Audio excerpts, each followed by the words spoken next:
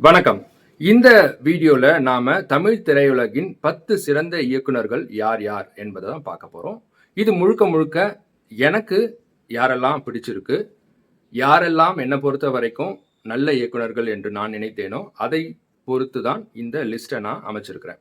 உங்களுக்கு இதில் மாற்று கருத்து இருக்கலாம். உங்க லிஸ்ட் வேறையா இருக்கலாம். இன்னொன்னு, இந்த இயக்குனர்களை நான் தேர்ந்தெடுத்தது 80களிலிருந்து நான் பார்த்த படங்களை வைத்துத்தான். அதற்கு முன்னால் நிறைய நல்ல இயக்குனர்கள் இருந்திருக்கிறார்கள். ஆனால் அவர்களை பற்றி எனக்கு பெரிதாக தெரியாது. அதனால் அவர்களை தவிர்த்துவிட்டு 80களிலிருந்து வந்த படங்களை வைத்து இந்த இயக்குனர் லிஸ்ட் நான் அமைச்சிருக்கிறேன். இந்த வீடியோ உங்களுக்கு பிடிக்கும்னு நினைக்கிறேன். முழுமையும் பாருங்க. உங்களுக்கு பிடித்த இயக்குனர்கள் யார் யார் என்பதை பார்த்துட்டு சொல்லுங்க. இந்த வீடியோக்குள்ள போறதுக்கு முன்னாடி நீங்க இதுவரை நம்ம வீடியோவை சப்ஸ்கிரைப் பண்ணலனா சப்ஸ்கிரைப் பண்ணிக்கோங்க. வாங்க இப்போ யார் யார் சிறந்த இயக்குனர்கள் என்பதை பார்க்கலாம். 10வது இடத்தில் மிஸ்கின் அவர்கள். இவருடைய மேக்கிங்கே ரொம்ப வித்தியாசமா இருக்கும். நிறைய இரவு காட்சிகள் இருக்கும். யாருமே ரொம்ப அலட்டிக்காம ரொம்ப கத்தாம நடிச்சிருப்பாங்க. இவருடைய அந்த கேமரா கோணங்கள்லாம் ரொம்ப வித்தியாசமா வச்சிருப்பாரு. அதனால நமக்கு ஒரு வித்தியாசமான அனுபவம் கிடைக்கும். இவருடைய பல படங்கள் நம்மளை சீட் நுனிக்க வர வச்சு நம்மளை ஆச்சரியப்படுத்தி இருக்கு. அந்த மாதிரியான படங்கள்ல சில நான் சொல்றேன். அஞ்சாதே, பிசாசு. பிசாசுல பேயை கூட ஒரு தேவதை மாதிரி காமிச்சிருப்பாரு. ஒரு நல்ல பேயை நம்ம வேற படங்கள்ல பார்த்துருக்கவே முடியாது. அந்த மாதிரி ஒரு வித்தியாசமான படத்தை கொடுத்த மிஸ்கின் அவர்கள்.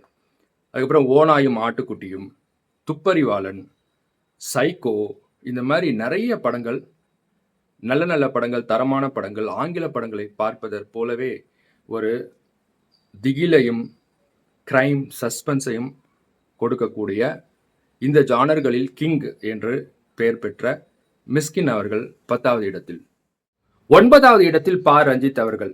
ஏழைகளின், ஒடுக்கப்பட்ட மக்களின் குரலாக இன்று நம் தமிழ் சினிமாவில் இருக்கும் ஒரு டைரக்டர். நாம் நிறைய பார்க்காத அடித்தட்டு மக்களின் பிரச்சனைகளை மிக ஆழமாகவும் அழகாகவும் இயல்பாகவும் சொல்லும் ஒரு டைரக்டர். அவருடைய மெட்ராஸ் திரைப்படம் ஒரு ஸ்லம் கிளியரன்ஸ் ஹவுசிங் போர்டு பகுதியில் வாழும் மக்களின் நிலைமையை சொல்ற ஒரு படம். அதுல வாழுற இளைஞர்களை எப்படி அரசியல்வாதிகள் அவங்களுடைய சுய லாபத்திற்காக அந்த இளைஞர்களை உபயோகித்து அவர்கள் வாழ்க்கையை பாழடிக்கிறார்கள் என்பதை காண்பித்த ஒரு நல்ல படம். கபாலி படத்துல மலேசியாவில் எப்படி மலையர்களும் சைனாக்காரர்களும் தமிழர்களை அடக்கி ஆள்றாங்க, அதிலிருந்து ஒரு தலைவன் தோன்றி அந்த ஒரு நியதியை, அந்த நிலைமையை எப்படி மாத்துறாரு என்ற ஒரு அழகான படம்.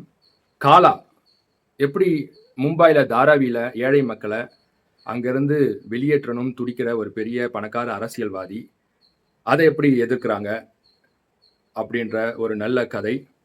பிறகு சார்பட்டா பரம்பரை.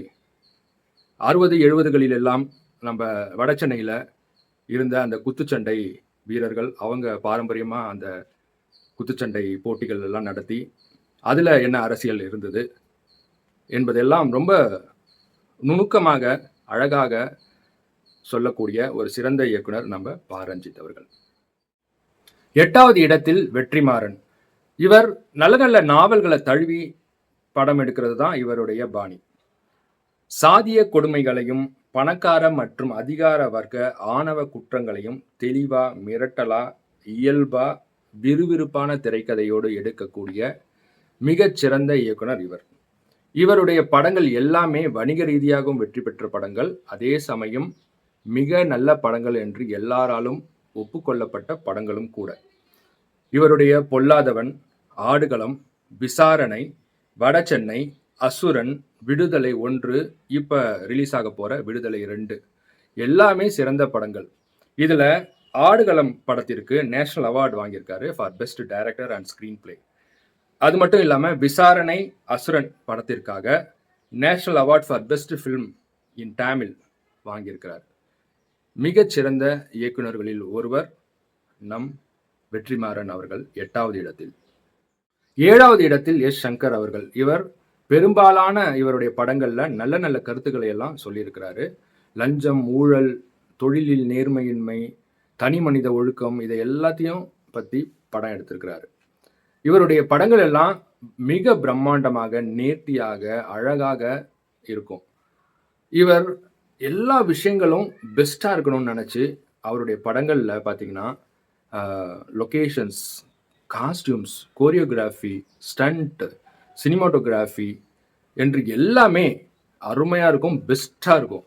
அதற்கு ஏற்றபடி இந்தியாவில் உள்ள பெஸ்ட் டெக்னீஷியன்ஸை வச்சு அதே மாதிரி கிராஃபிக்ஸ், ரோபோலாம் பார்த்தீங்கன்னா நம்ம ஹாலிவுட் தரத்தில் மிக அருமையாக எடுக்கப்பட்ட ஒரு படம். இவருடைய நல்ல படங்கள் என்று சொன்னால் இந்தியன், ஜென்டில்மேன், முதல்வன், அந்நியன், ரோபோ போன்ற படங்களை நாம் சொல்லலாம்.